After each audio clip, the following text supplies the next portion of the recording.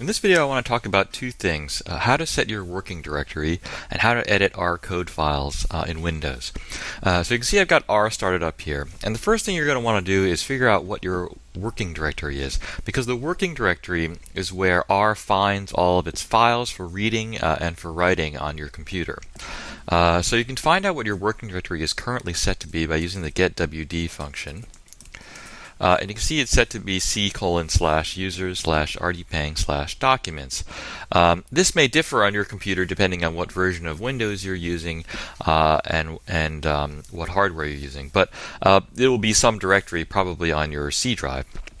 Now, the reason why it's important to know and to set your working directory is because when you read data or when you write things out using functions like read or write CSV, they will be read or written to your working directory. So for example, if I do something like read.csv, I want to read, let's say, mydata.csv. If the file is not in my working directory, you'll get an error, one that looks much like this, because it can't find the file in the working directory. So one possibility is that you can, if you know where this file is, you can move it to your working directory, or you can change your working directory to be wherever this file happens to be. So I can go to the File menu here and choose Change Dir.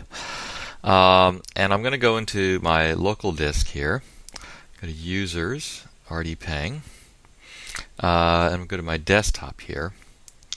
So now if I type dir, I'll get a list of the files that are on my desktop here.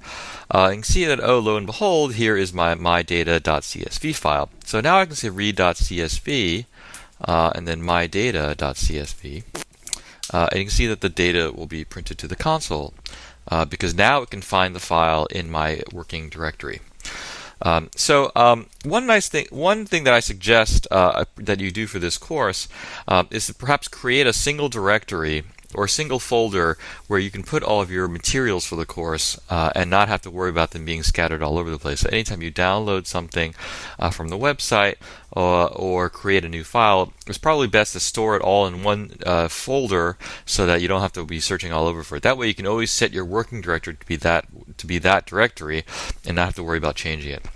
So I'm going to minimize R here for a second. I'm going to create a folder on the desktop called I'll just call it Coursera, and I'm going to use this folder for everything that I do in this course. So if I go back to R here, I can say change working directory again, change dir, and I can go to local disk, users, rdpang. Now this folder is on my desktop, so I'll go desktop, and then it's Coursera here. So now if I say getwd, you see the working directory has changed to this Coursera folder. So one of the things you're going to have to do a lot of in this class is to write R code. In order to write R code, you need to be able to use a text editor. Luckily, R comes with a rudimentary text editor, which will be definitely sufficient for this course. So you can load up the text editor by going to File and say New Script.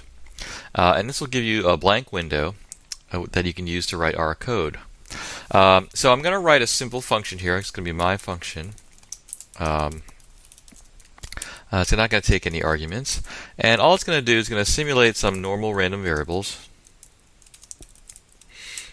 And then it's going to take the mean of those guys. Alright, so this is a simple function. Now the question is, how do I get this R code into my R console so that I can actually use the function? Because you'll notice if I go into the R console here, I type my function, I can't find the function because I haven't loaded it into R yet. If I type ls, you'll see that there's nothing in my workspace right now because I haven't loaded any R code into there. So how do I get the R code into the R console? Well, there's two ways. If you just have a little bit of code like this function over here, I can click into my R editor and just hit Control A to select all, and then Control C to copy. Then I click back into the console and I can hit Control V to paste. Now I've just pasted the code into R, and you'll see that if I type ls, I've got my function there. I can execute it by just calling it, and you'll see it'll give you the mean of 100 random variables. If I do it again, it'll give me a slightly different number because it'll simulate a different set of numbers. The other thing you can do is go into my R editor, and you can go to the File menu, and you can click Save As. So now you can, you can hit Save As. You can save the file into your Coursera folder here, which which I'm going to do right now. And you can save it as whatever name you want. So I'm going to call it mycode.r. .r is conventional for the extension. So now, if I type dir, in my console window here, you'll see that there's a file called mycode.r, and you can load this into R using the source function.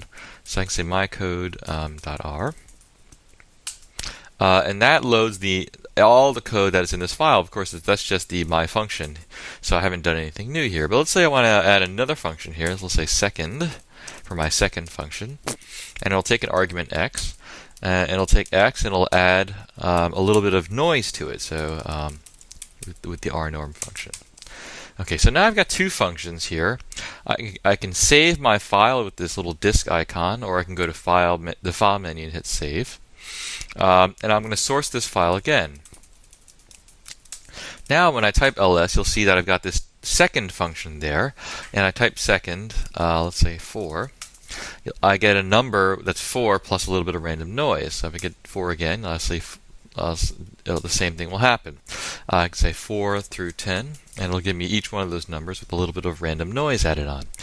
So that's how I edit code, and that's how I load the code into R. Every time you edit your file in the editor, you have to save it, and then if you want that code to be available in R, you have to use the source function to source that file back into R. You don't have to use a single file. You can add a new file, so you can say new script. It'll open another window. You can save this to be a different file if you want, so that way you can separate code for different projects or different assignments. If you close the file here, you can always open it back up again by hitting the open button, and you can see my code is right there. And if I open it up, you'll see you'll have all your code right back there again. So that's how you edit code in R. There's many other text editors that you might see on the web that you can download, and those are fine to use, but they're not really necessary. The text editor that comes with R should be sufficient for this course.